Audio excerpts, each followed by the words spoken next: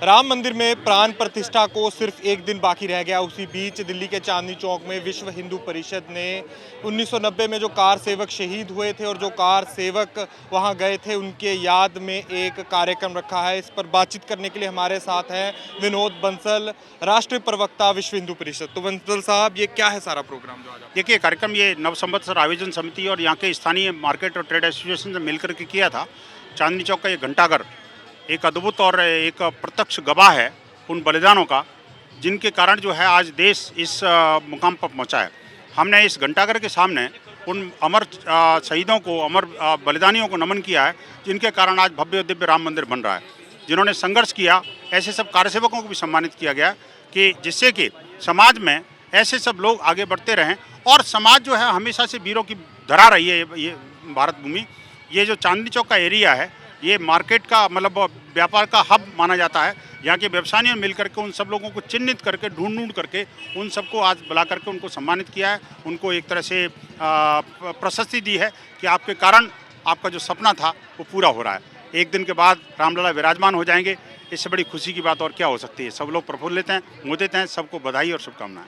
AIIM सांसद असदुद्दीन ओवैसी की तरफ से एक विवादित बयान आया है जहां उन्होंने बोला है कि 500 सालों तक वहां नमाज पढ़ी जाती थी उस मस्जिद में। उस पर आप क्या कहना चाहेंगे? 500 साल में किसी एक भी दिन ये इनके पिताजी, इनके दादाजी, इनके परदादाजी और उनके कुनबे के कोई 50 पीढ़ियों के भी लोग कभी अयोध्या गए हों तो मैं चैलेंज करता हूँ।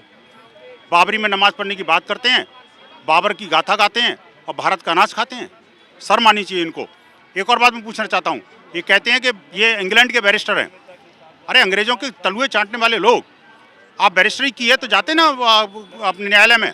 बाबरी को बचाने तो नहीं आए आप, न लोअर कोर्ट में गए, न हाई कोर्ट में गए, न सुप्रीम कोर्ट में गए। और जब बाबरी चली गई, बाबर चला गया, अब भव्य दिव्य राम मंदिर बन रहा है तो मुसलमान युवकों को भड़काने और उनको आतंकवाद की राह पर धकेलने का प्रयास कर रहे हो।